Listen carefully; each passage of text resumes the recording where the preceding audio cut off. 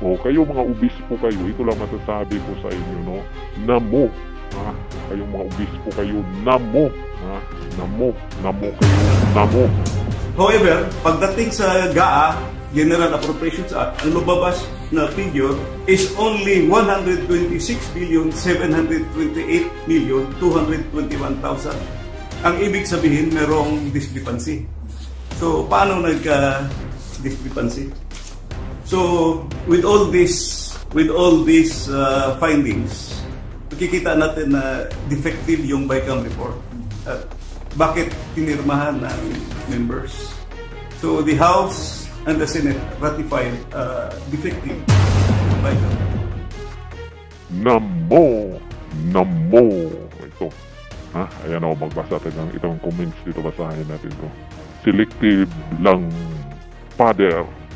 Mapasanahol ka na lang sa mga nangyari sa Pinas, kawawang mamamayan. Yan. At mayroon pang isa, ito, naturingang Christian country.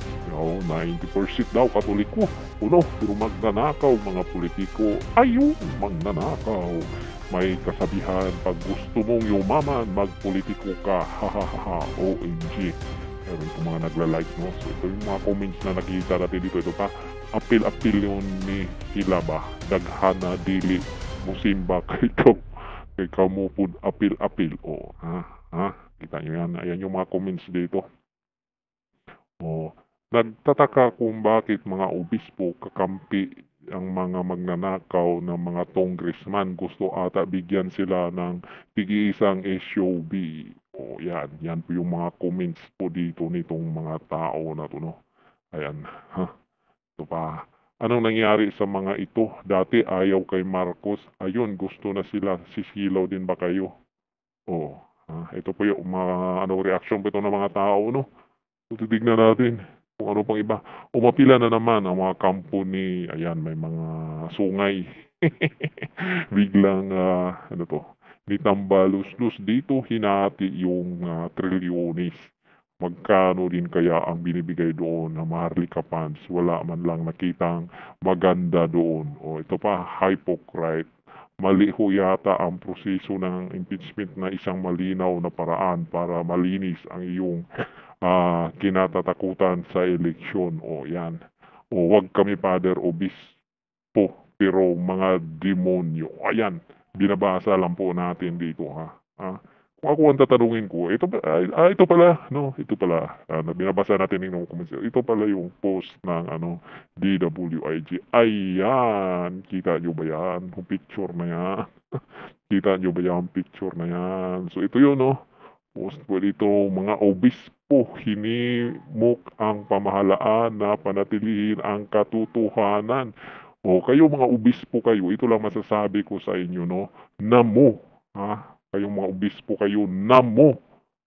Yung 6.325 na national budget, alam nyo ba kung anong ginagawa nitong gobyerno na to? O anong sinasabi nyo? Ang tatahimik nyo. Ngayong na-impeach na si BP Sara, nagsasalita na kayo, namo. Isa pa kayong nagpa-impeach dito, namo. Kayong pinagmamalaki yung EDSA shrine, kung magkakaroon ng milagro, at ako ay pero sasabihin ko sa EDSA shrine na yun kasama sa libing ni Marcos Sr. Didimulis. Mga parking lot yan, EDSA shrine na yan. May mga namo kayong mga obispo kayo. Ito yung ito po yung post ng DWIG. So itong mga obispo na to, no? Nakakanamo. Lakas maka namo, mga obispo kayo.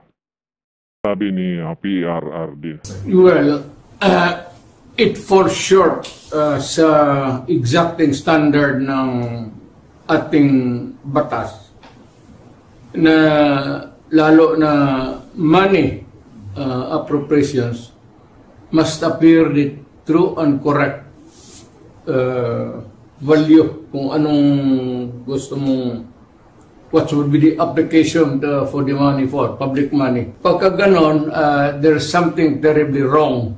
And as a matter of fact, I would say, kung may mga blanco yan lumusot, that is not a valid legislation. Kung nasa batas na yan, lumabas na yan ng blanco-blanco, either it could be filled up before or after sa Congress, pagka ganon, what must be submitted is the true and correct figure coming out as prepared by the budget submitted to Congress for appropriation. Pagkaputol-putol yan o may kulang, that is not a valid budget for implementation.